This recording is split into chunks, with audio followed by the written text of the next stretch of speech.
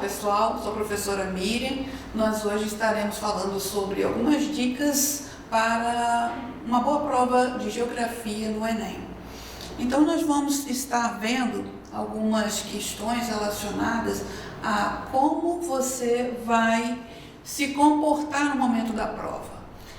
Uma coisa que é extremamente importante: ler com atenção os enunciados, mas prestar atenção também na pergunta que há no enunciado. Então comece pela pergunta, porque se tem um texto muito longo antes dessa pergunta que vai fechar esse texto, você já vai para o texto já pensando no que você precisa assimilar desse texto. Então isso é uma dica importante: prestar atenção no enunciado, mas vai primeiro na pergunta, para que você possa saber o que buscar no texto, porque às vezes essas provas vêm com textos bastante longos. Prestar atenção quando houver gráficos, mapas, porque a maioria das vezes a resposta está neles. Então uma boa leitura de gráficos, tabelas e mapas é extremamente importante. Em questões compostas, quando tem de dois textos, texto 1, texto 2, geralmente esses textos, eles estão presentes com uma relação entre esses textos. Então, é muito comum, tanto nas provas de vestibulares e a do Enem especificamente, que a gente está falando a respeito, que esses textos venham seguidos de opções que pode acontecer assim: a primeira opção está correta, a segunda opção é falsa, a primeira é verdadeira, uma complementa a outra. E em algumas situações não aparece dessa maneira, mas é preciso que você preste bastante atenção no texto e qual a relação que existe entre esses dois textos, ou se não há relação nenhuma entre esses dois textos. Então, às vezes é do mesmo assunto, o mesmo tema, mas eles abordam esse mesmo tema de maneira diferente. A gente vai ver alguns exemplos da prova de 2018, em que aparece uma questão assim, mas que a lógica da questão é fazer a análise entre os dois. Outra coisa: conceito de espaço, território, lugar, paisagem, que são conceitos-chave da geografia, sempre estarão presentes na prova. Embora sejam assim, é o básico da geografia, mas eles aparecem em determinadas circunstâncias e que você nem se dá conta de que você está desenvolvendo exatamente aquele conceito. Por exemplo, quando eu falo de espaço geográfico, eu estou falando de todo o processo de formação daquele espaço. Então entra o processo histórico, né, e uma série de circunstâncias que gerou aquela questão. Então a geopolítica entra a geografia humana, a geografia política, todas essas áreas vão estar presentes. Então estou falando de espaço geográfico, território, lugar, paisagem. Então são conceitos que estarão presentes na sua prova. Saber fazer conexão entre espaço físico, a política, a economia e a sociedade, que é a ação antrópica nessas áreas, nesses espaços. Então vai ajudar a resolver as questões. Por quê? Porque essas situações em que eu vou estar vivenciando problemas que são naturais, mas que por uma ação política, por uma questão econômica, tem sido apresentado de uma maneira específica, ou um problema ambiental, alguma questão de ordem de fenômeno natural e o impacto desse fenômeno natural na própria sociedade, como que o Estado se posiciona em relação a isso. Então, são situações em que a maioria das questões de geografia vão exigir de você essa análise conjunta, essas conexões.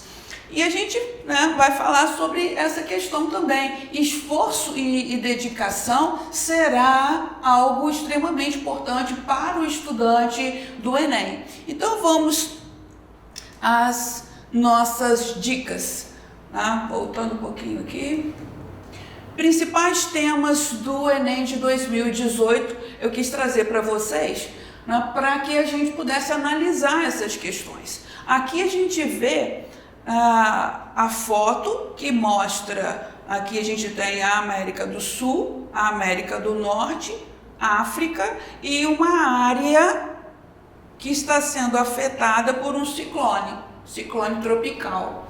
Então, são eventos periódicos, a todo ano a gente tem, de maior escala, de menor escala, mas a gente tem nessa região, principalmente do Golfo do México. Mas por que há uma incidência muito forte nessa área de ciclones tropicais? É exatamente sobre isso que a questão vai te perguntar. Olha só, qual característica do meio físico é condição necessária para a distribuição espacial do fenômeno representado? Qual é o fenômeno? Ciclones tropicais.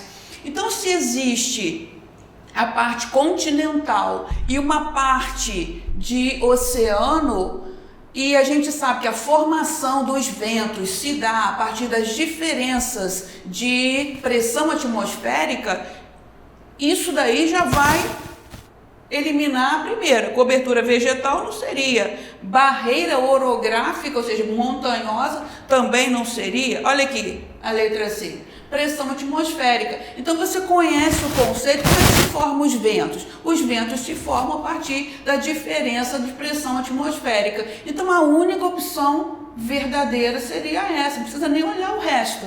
Essa questão aqui você rapidinho iria chegar a uma conclusão muito rápida. E exatamente isso também é uma dica. Aquelas questões que você está com muita dificuldade de resolver, deixa ela para depois. Vai nas mais rápidas. Você já sabe, você está seguro daquilo ali, então você elimina. Porque tem algumas outras que você vai precisar parar para pensar.